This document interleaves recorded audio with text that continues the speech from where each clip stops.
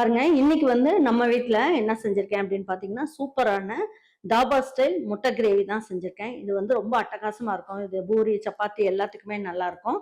இந்த சப்பாத்தி நான் எதுல செஞ்சேன் அப்படின்னு பார்த்தீங்கன்னா, நம்ம வீட்டு கோதுமை மாவு அதில தான் செஞ்சேன். ரொம்ப நல்லாருக்கும். சப்பாத்தி அப்படியே அப்படியே பிச்சோம்னாலே அப்படியே ஒரு லேயர் லேயரா வரும். ரொம்ப நல்லாருக்கும்.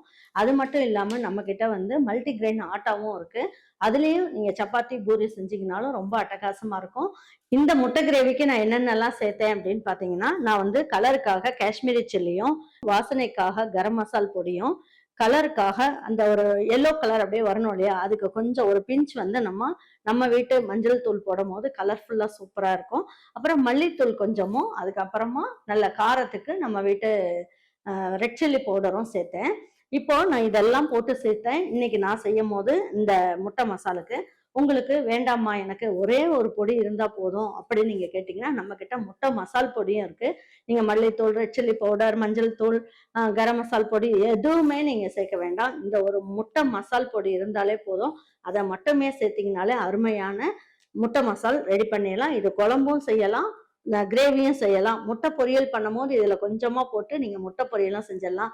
இதுக்கு நல்ல ஒரு காம்பினேஷன் தொட்டுட்டு சாப்பிடுறதுக்கு நல்ல ஒரு சூப்பரான சப்பாத்தி நம்ம வீட்டு சப்பாத்தி மாவு வச்சு தான் செஞ்சிருக்கேன். நம்ம கிட்ட மல்டி கிரெயின் ஆட்டாவும் இருக்கு. வேணுன்றவங்க வெப்சைட் வாட்ஸ்அப்ல ஆர்டர் பண்ணி வாங்கிக்கோங்க.